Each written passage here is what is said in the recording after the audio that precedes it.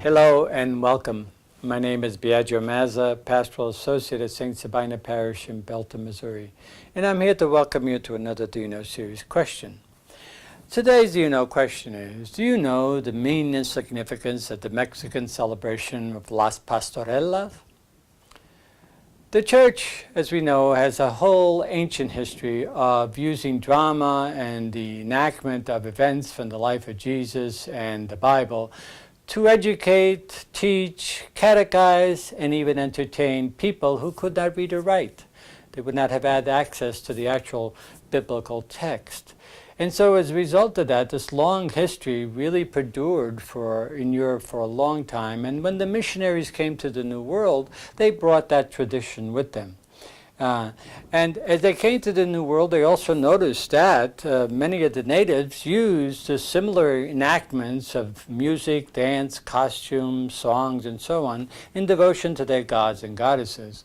And so they took that opportunity to baptize many of these traditions and link them to the traditions from Europe, and they came up with a number of customs and celebrations that still exist to this very day. One of these very famous and still well-known celebrations is the Las Pastorelas. Now the Las Pastorelas speak about the story of the Christmas story, the birth of Jesus, from the shepherd's perspective.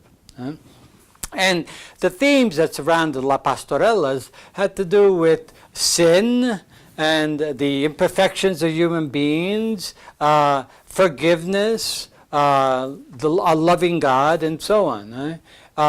And so the story of La Pastorela centers around the various characters that are involved in the Christmas story with regards to the shepherds visiting the child Jesus. So we have, first and foremost, we have two archangels as characters, the Archangel Gabriel and the Archangel Michael. Who are going to announce to the shepherds the birth of the Son of God, Jesus in Bethlehem. We also have shepherds. Now, shepherds are represented as stock characters, oftentimes with inclinations towards one of the 7 deadly sins. For example, drunkenness, laziness, lust, and so on. And so there'll be stock characters, and there'll be both male and female shepherds, by the way, in the story. The other characters that show up, of course, are Jesus, Mary, and Joseph. But also along the way, you will have Lucifer and the devils, with his companions, nasty and bumbling, actually, companions, who also appear in the story. The theme and the plot, if you want, of the whole Las Pastorelas is to as the shepherds are on their way to Bethlehem after the angels have announced to them that the birth of Jesus has occurred in Bethlehem and they are invited to go and see, the shepherds prepare to journey to Bethlehem to see the child Jesus by following the star. All right? And the entire conflict throughout the Las Pastorelas is the conflict of the demons, represented by Lucifer and his companions, who try to prevent the shepherds from going to Bethlehem to see Jesus. And they do this in various ways. For example, they use drunkenness, if you want, to stall some of the shepherds who are very fond of drinking. They use a very attractive demon to really distract some of the men in lustful kind of give and take and so on. They also use the difficulty of the journey and how difficult and challenging it is to try to dissuade them from going on their journey. The shepherds responds in a mixed view with a lot of humor, a lot of comic prose, a lot of laughter that goes on in trying to sometimes give in to the demons and then realizing along the way that no, this is not the way to go.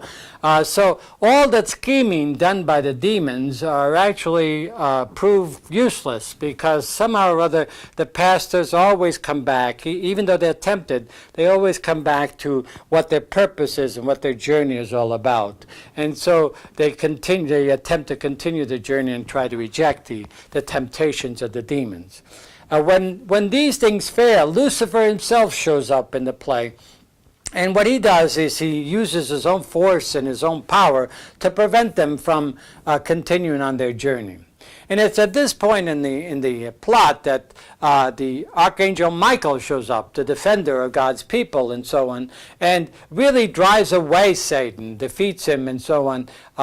Although Satan claims that, okay, you may have won the battle, but you have not won the war, I will return again. But anyway, for the moment, Michael defeats Satan and is driven away, and the shepherds continue on their journey, following the star, and eventually get to Bethlehem. They adore the child Jesus, and they sing praises of him as they return back home to all the people they encounter.